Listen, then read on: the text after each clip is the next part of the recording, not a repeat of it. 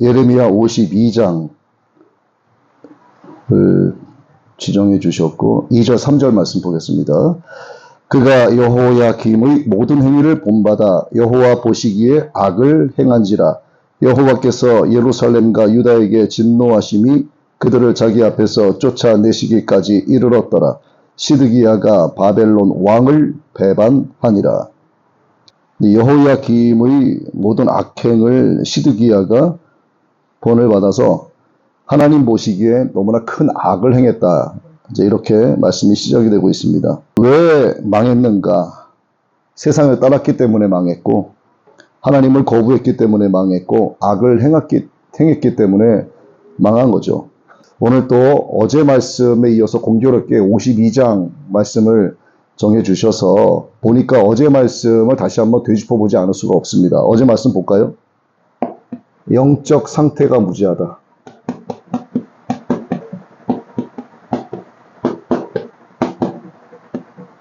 이게 현대인의 문제점이에요. 현대의 영적 문제.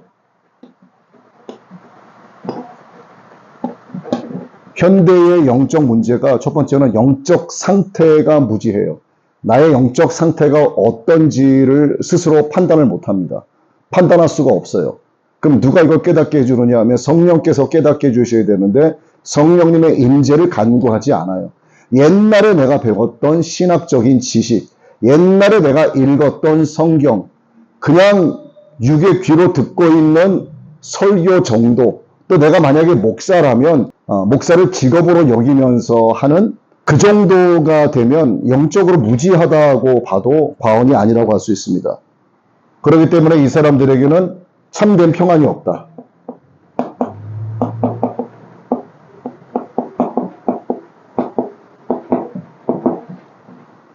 영적 상태가 무지할 경우에 그들의 입에서는 그래도 평안하다 말은 할 수 있지만 이것은 눈으로 보이는 것들, 내 육신이 느끼는 것들, 내 마음과 생각이 조금 안정이 된다. 마음의 평정을 얻는다. 교회 가서 주일 예배를 드리고 왔더니 그래도 조금 위로는 된다 하는 정도의 평안을 이야기하는 것이지 예수 그리스도의 샬롬의 평안이 없는 거예요.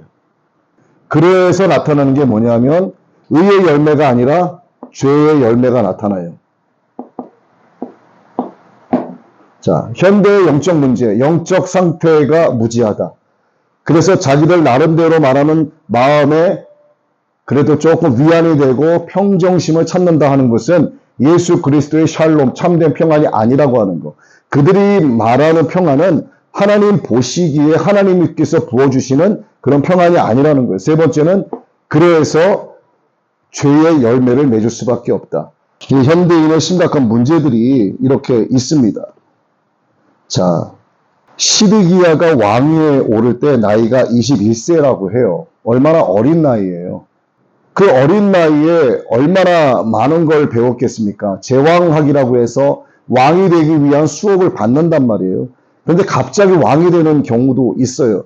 그러면 왕으로서 무엇을 해야 될지 전혀 모릅니다. 그러면 선대의 왕이 어떻게 했는가를 보면서 그것을 모본으로 삼아서 행하기도 해요.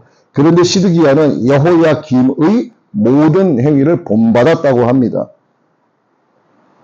그래서 하나님은 말씀하세요. 여호와 보시기에 악을 행하였더라. 여호야김이 굉장히 악을 많이 행했죠. 근데 시드기야가 더 악하게 한 거죠. 남유다 왕국의 마지막 왕, 그가 바로 시드기야입니다. 이 시드기야는 나약해요. 예레미야 선지자가 바벨론의 예속이 돼서 그에게 복종하는 것이 나라를 완전한 멸망에서 구하는 길임을 역설했습니다. 그대로 있는 것보다 차라리 바벨론에 예속해서 그에게 복종하는 것이 그나마 나라를 구할 수 있는 방법이다. 이렇게 역설을 했어요. 시드기야가 왕인데 내가 바벨론에 예속이 돼서 그나마 복종하는 것이 나라를 구하는 거라고 이렇게 이야기한 예레미야 선지자는 가차없이 죽여야 되는 거예요. 감히 나의 왕국을 내가 왜 바벨론에 예속이 돼야 돼? 듣기 싫은 거예요. 예레미야의 말은 결국 하나님의 음성이란 말입니다. 그러나 거부했죠. 왜 거부했냐 하면 귀족들이 반대를 했습니다. 그의 책사들이 얼마나 많았겠어요. 오늘날로 말하면 대통령이 있고 그 밑에 많은 장관들이 있고 차관들이 있어요. 각 부처에 많은 수장들이 있습니다. 근데 그들이 한 나라의 대통령에게 엉뚱한 거를 계속 이야기를 해요. 정말 국민을 살리고 나라를 살리고 나라의 재정을 키울 수 있고 국력을 키울 수 있고 세계 속에 대한민국이 될 수 있는 방안에 대해서 올바르게 이야기하는 것이 아니라 대통령에게 아부하는 거예요. 대통령이 원하는 것이 무엇인가를 파악을 해서 그가 원하는 방법을 갖고 이야기하는 겁니다. 그러니 그 나라 꼴이 어떻게 되겠습니까? 재정은 거덜나고 모든 책임이 국민에게 돌아가고 어려운 일이 계속 반복이 되는 거예요. 시드기야가 지금 똑같은 상황입니다. 시드기야가 지혜로운 왕이고 하나님을 경외하는 왕이었다면 귀족들이 자신의 책사들이 자신에게 그릇된 이야기를 했을 때 어떻게 그렇게 보고할 수 있느냐? 다시 한번 정확히 알아보고 다시 보고하라 라고 할 수 있겠지만 그래? 그렇지. 예레미야 선지자가 잘못 말한 거 맞지? 그래. 저 예레미야 선지자를 없애버려야 되겠어. 이러면서 자신의 귀를 간지럽히고 자신의 마음만을 기쁘게 하는 그 귀족들의 말에 귀를 기울이게 된 거예요. 결국 망하게 되는 거죠. 우리가 누구의 음성에 귀를 기울여야 되겠는가 하는 거예요. 하나님은 우리 눈에 보이지 않습니다. 그러나 하나님은 살아계세요. 우리가 하나님의 음성은 지금 듣지 못했지만 하나님의 말씀은 지금 우리 앞에 있습니다. 말씀이 육신이 되어 예수님이 오셨어요. 우리는 예수님을 믿어요. 예수님은 내 안에 계시고 내가 예수님 안에 있어요. 에덴 동산에서 아담과 하와가 먹지 말라는 선악과를 먹었습니다. 그래서 벌거벗은 것을 알았어요. 아담아, 너 어디 있느냐? 이리로 오라. 그랬더니 아담이 뭐라고 해요? 내가 벌거벗었으므로 숨었나이다. 그게 뭐예요? 벌거벗었다는 게 뭡니까? 내가 죄를 지었다는 것을 알게 된 거예요. 하나님 앞에 감히 나가지 못하는 겁니다. 그래서 자기가 자신의 벌거벗음을 부끄러워해서 무화과 잎을 따서 치마로 엮어서 몸을 가렸어요. 그러면 따뜻한 따가운 햇빛이 비춰지니까 나뭇잎이 어떻게 됩니까? 바짝 말라지기 시작하니까 바스라지는 거예요. 또 해이 입어봐야 소용이 없습니다. 하나님 보시기에 너무나 안타깝고 안쓰러워요. 그래서 양을 잡아서 가죽을 벗겨서 가죽 옷을 입혔습니다. 이게 뭘 의미하는 거예요? 예수 그리스도로 옷 입지 않으면 절대로 죄를 씻음받을 수 없다는 것을 지금으로부터 6천여 년 전에 하나님이 이미 보여주신 거예요. 그럼 아담의 입장에서는 무엇일까? 하나님께서 그냥 짐승을 잡아서 나에게 가죽옷을 입혔으니까 이걸로 좋은 것일까? 이젠 마르지 않네. 이젠 부끄러움이 가려졌네. 이게 전부가 아니죠. 아담이 깨달았어야 하는 것은 지금으로부터 4,000년 이후에, 그러니까 아담의 기준이에요. 4,000년 이후에 하나님의 아들 예수님이 이 땅에 오셔서 예수 그리스도의 의로 못 수많은 사람들을, 온 백성을 예수 그리스도의 의로 옷 입힌다라고 하는 사실을 아직은 아담은 몰랐던 거죠. 그러나 하나님은 그런 계획을 갖고 계셨습니다. 그러면 선과 악을 알게 하는 선과 악의 기준은 무엇일까? 사람이 생각하는 선과 악의 기준이 아니에요. 이것은 하나님의 선입니다. 하나님의 선이고 또 다른 악이 있지만 악에 대해서는 말을 거론할 가치가 없어요. 왜냐하면 하나님의 선에서 벗어난 모든 것은 악이기 때문에 이 선과 악을 알게 하는 나무는 뭐냐면 결국 먹게 되면 하나님께서 원하시는 것이 무엇인지를 깨닫게 된다는 거예요. 하나님께서 원하시는 것은 히브리어로 텁이라고 얘기합니다. 텁이라고 얘기해요. 하나님의 선을 이야기하는 거예요. 그래서 하나님의 선을 알게 하는 나무인 거예요. 이것이. 그럼 하나님께서 우리에게 계명을 주신 이유가 무엇일까? 죄를 깨닫게 하시기 위함일까? 아닙니다. 그거보다 먼저 되는 게 있어요. 하나님이 우리를 사랑하시기 때문에 계명을 준 거예요. 계명으로서는 내가 하나님 앞에 갈 수 없다는 것을 하나님은 계속 깨닫게 하신 겁니다. 그래서 선과 악을 알게 하는 선악과 나무를 하나님이 동산 중앙에 놓으신 것은 하나님께서 계명을 주시겠다라고 하는 예표고, 계명을 주신 것은 하나님의 아들 예수 그리스도가 말씀이 육신의 세상에 오게 하겠다라고 하는 하나님의 계획의 예표인 거예요. 그러니까 아담의 때부터 아담이 죄를 범하고 가죽옷을 지어 입히시고 또 계명을 주시고 하나님의 아들 예수를 이 땅에 보내주신 것은 창세기 때부터 신약에 이르기까지 계속 연결되어진 거예요. 그런데 시드기야는 하나님의 말씀을 받아든 예레미야 선지자의 말에 귀를 기울이지 않았습니다. 자신의 밑에 있는 어리석고 멍청하고 자신의 귀를 간지럽히고 자신의 마음만을 기쁘게 해주는 그 책사들, 귀족들의 이야기만 귀를 기울였어요. 그리고 그냥 가만히만 있으면 되는데 BC 588년에 바벨론에 대해서 반기를 들었습니다. 바벨론이 가만히 있을까요? 이래서 남유다의 마지막 왕이 된 거예요. 예레미야 선지자의 말을 들었다면 결국 하나님의 말씀에 순종한 거죠. 그랬다면 시드기야 이후에 또 다른 왕이 나타날 수도 있었겠죠. 그렇게 됨으로써 시드기야가 생포됩니다. 바벨론에 끌려가요. 그리고 시드기야가 딱 보고 있는 앞에서 누구를 죽였을까? 그의 아들을 죽입니다. 눈이 떠 있는 상태에서 자신의 아들이 눈앞에서 처참하게 죽게 되고 얼마나 가슴이 아프겠어요. 얼마나 이 안에 내장이 떨어져 나가고 찢어지는 그런 느낌이겠습니까? 차라리 내가 죽는 게 낫죠. 그 이후에 어떻게 되었는가? 눈이 뽑혀요. 얼마나 고통스럽겠어요. 그러나 눈이 뽑힌 고통도 있지만 시간이 지나면서 자신의 눈앞에서 아들이 죽은 그것을 잊을 수가 없는 겁니다. 눈이 없어도 그게 자꾸 떠오르는 거예요. 평생 동안 죽을 때까지 바벨론 감옥에 갇혀서 살다가 거기서 죽었습니다. 이렇게 처참한 거예요. 이 유다인의 바벨론 유수는 사랑하는 하나님의 자녀에 대한 하나님의 징계입니다. 사랑하시기 때문에 징계하신 거예요. 돌아오기를 원하시는 거예요. 그래서 70년 후에 하나님이 회복을 시키시죠. 하나님이 70년 이후에 회복을 시키셨음에도 불구하고 다시금 세상 세력에 설복당하게 됩니다. 그래서 아직도 반바벨론파의 주장을 따랐다가 본인의 왕가뿐만이 아니라 유다 나라 전체가 철저하게 망하게 되는 꼴을 보게 되는 거예요. 구원의 필요에 따라서 세상은 악한 자 안에 처하기도 합니다. 이 악한 세상과 벗이 되고자 하는 자는 결국 하나님과 원수가 되기 마련이죠. 결국 망하게 되는 거예요. 하나님께서 하나님의 종들 또 당시의 선지자들을 통해서 주시는 교훈, 이것을 미워하고 하나님의 말씀을 뒤로 던지고 주님을 거역하면 명목상 하나님의 백성이라고 하더라도 그의 결과는 망할 수밖에 없어요. 왜냐하면 하나님이 이스라엘 민족을 성민으로 선택을 하셨지만 그 개개인은 여러 사람과 마찬가지인 본질상 진노의 자녀이기 때문입니다.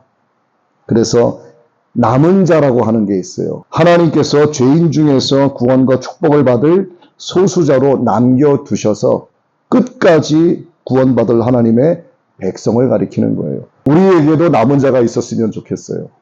저는 6개월 전에 하나님께서 우리 교회에 악기 레슨을 원하는 사람들을 여러 보내주셨고 6개월이 흘렀습니다.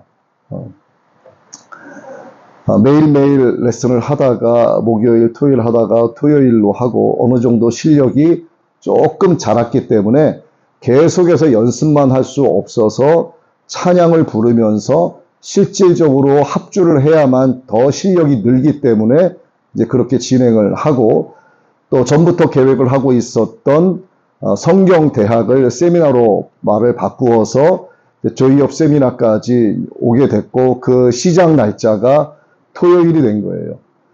근데 이번 토요일이 내일이죠. 내일인데 어차피 찬양 연습을 우리가 악기로 하고 보통 토요일에 10시 반에들 오셔서 보통 한 1시 반, 2시까지 계시다 가시니까 점심을 먹고 그러면은 달라진 건 아무것도 없어요. 연습이 아니라 그냥 실전으로 하는 겁니다. 시간은 30분 당겨진 거예요. 그러면 30분 동안 실질적으로 찬양 반주를 하고 찬양을 함께 하고 그리고 나서 한 가지 플러스 된 건 뭐냐 하면 찬양은 그대로인데 찬양 반주와 그 다음에 싱어는 그대로인데 여기에 더해진 건 뭐냐 하면 하나님의 말씀이에요. 하나님 말씀만 더해진 거예요. 이렇게 더해지다 보니까 이게 세미나로 이름이 붙여진 겁니다. 말씀이 들어오니까 아차 싶은 거예요.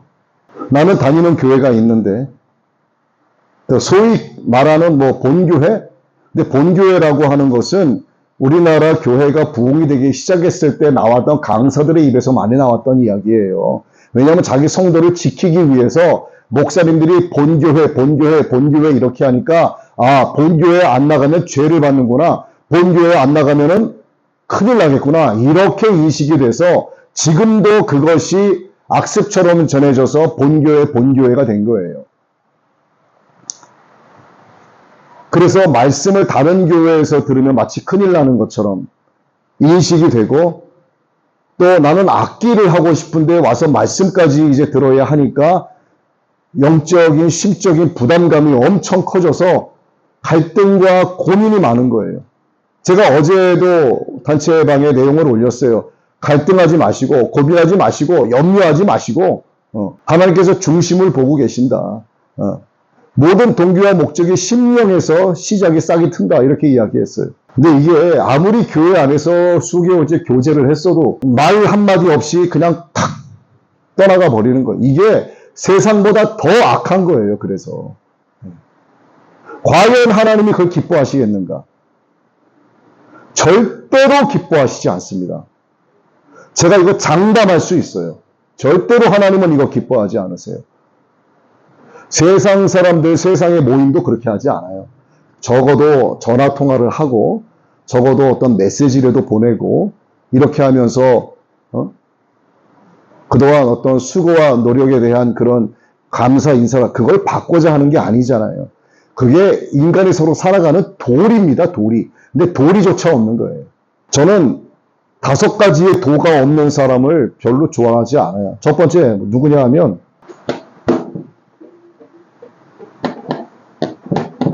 무도,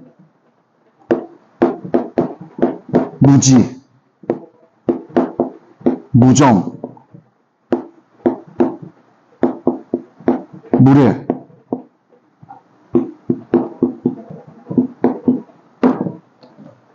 전 5가지의 무에 해당하는 사람에 대해서는 그렇게 깊이 마음을 안 줍니다. 그런데 사람이 사람을 알 수가 없잖아요. 무도. 우리 교회에서 이 기독교계에서 가장 많이 성행되는 게 바로 무도예요. 도리가 없어요. 예의 범절이 없습니다. 무례, 예의가 없어요. 도리를 다하지 않아요. 왜 그럴까? 무지하기 때문입니다. 영적으로 무지하기 때문에.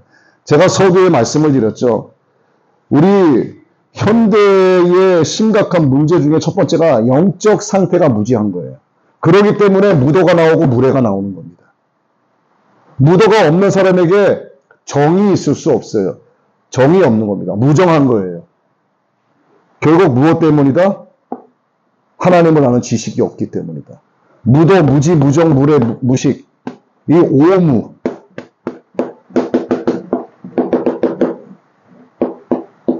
이게 교회의 심각한 문제입니다. 세상에서도 마찬가지지만 오히려 세상보다 더 무도하고 무례한 경우가 훨씬 많아요. 교회 안에서 이런 것들이 나타나는 것은 하나님을 아는 지식이 없기 때문이에요. 그렇기 때문에 무도하고 무례한 거예요. 그렇기 때문에 지혜도 없는 겁니다. 정이 있을 수가 없어요. 우리는 어디 가서 절대로 도리에 어긋나는 짓을 해서는 안 돼요. 절대로 예의에 벗어나는 짓을 해서 안 됩니다. 그것은. 왜냐하면 모범이 돼야 돼요. 모범이. 그런데 없단 말이에요. 도리도 없고 예의도 없고 지혜도 없고 정도 없어요. 정이 뭐예요? 기독교에서. 사랑이잖아요. 사랑. 하나님을 아는 지식이 없으니까. 자, 그러면 이 사랑이 무엇인가? 사랑을 하기 위해서는 전에도 말씀드렸죠. 서로 사랑하라 했어요. 자, 사랑 이전에 뭘 해야 돼요? 서로가 돼야 되는 거야, 서로. 서로가 뭡니까? 서로 사랑하기 위해서는 상대가 누구인지를 알아야 되죠. 그런데 몰라요. 그냥 대충 훑어보고 판단하는 거예요. 너는 뭐 그렇겠구나. 뭘 안다고 그렇게 판단을 합니까? 그들이 나의 마음을 뭘 안다고 그렇게 판단을 하고 도리도 없고 예의도 없이 이런 식으로 하냐 이거죠. 물론 사람에 대해서 기대하지 않기 때문에 어떤 낙심과 실망과 좌절도 없어요. 사람을 믿지 않기 때문에. 근데 또 한 번 깨닫는 겁니다. 아, 서로가 안 되니까 사랑이 안 되는구나. 사랑이 있는 사람의 마음은요, 하나님의 사랑이 있는 사람의 마음은 절대로 도리를 벗어나지 않습니다. 예수 그리스도 안에서 절대로 무례하지 않아요. 절대로 지혜 없게 행동하지 않습니다. 절대로 사랑 없이 행동하지 않아요. 하나님을 아는 지식이 없으면 이런 현상들이 나타나는 거예요. 그래서 현대의 가장 큰 문제 중에 하나가 바로 영적 무지예요. 영적 무지. 영적인 상태에 대한 무지, 영적인 상태에 대한 무지가 있다 보니까 뭐가 되냐면 무관심해지는 겁니다. 무관심해지니까 서로가 안 되는 거예요. 서로가 안 되니까 사랑은 온데간데 없는 거예요. 나 좋을 대로 가는 겁니다. 내가 원하는 방향대로. 내가 좋은 것만 보고, 내가 듣고 싶은 것만 듣고, 내가 하고 싶은 것만 하고. 이 교회 안에 팽배해요, 지금. 하나님은 반드시 이거 걸러내십니다.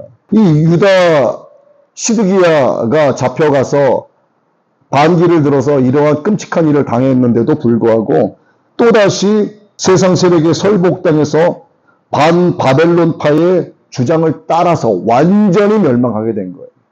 한번 그렇게 당했으면 정신 차려야지. 지혜가 없기 때문에. 하나님을 아는 지식이 없기 때문에 끝까지 그렇게 되는 겁니다. 그래서 우리는 죄인이지만 죄인 중에서도 구원과 축복을 받을 소수자로 선택받은 남은 자가 되어야 하는 거예요. 잘라서 바짝 마른 나무의 그루터기 같습니다. 사람들이 지나가다가 그냥 엉덩짝 대고서 앉는 그런 그루터기에 불과한 자밖에 안 될 수 있지만 하나님은 그루터기에서 싹이 나게 하시고 다시 나무로 자라게 하시고 잎이 무성하게 하시고 열매를 맺게 하세요. 다 잘려진 나무에서 무슨 싹이 나겠는가? 그렇지 않아요. 공원에 가보세요. 이렇게 아름드리 나무가 잘려져서 요거밖에 땅 위에 올라오지 않았는데 요 밑에서 이 나무의 줄기들이 뻗어나고 있는 걸 많이 볼 수 있습니다. 시드기야가 이렇게 망한 것은 그도 그의 백성도 하나님 보시기에 악을 행하고 선지자 예레미야가 하나님의 말씀을 일러도 듣지 않았고 결국 하나님의 전을 더럽혔기 때문이에요. 망하는 데는 이유가 있고 흥하는 데도 이유가 있습니다. 영원한 생명을 얻는 사람은 영원한 생명을 얻는 이유가 있고 망하는 길을 선택한 사람은 망하는 이유가 있는 거예요. 이런 사람들은 속히 회복되어야 됩니다. 회복이 돼야 돼요. 회복이 된다는 거 제가 어제 다시 말씀을 드렸죠. 어제 뭡니까? 회복이 된다는 거. 회개가 이루어진다는 거. 이게 뭐라고 그랬죠? 하나님이 나를 찾아오시는 하나님의 찾아오심.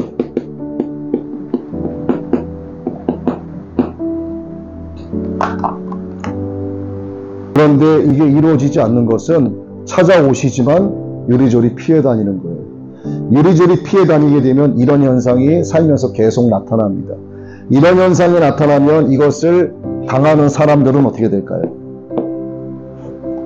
아파하는 거예요. 슬퍼하고 심령이 상하는 겁니다.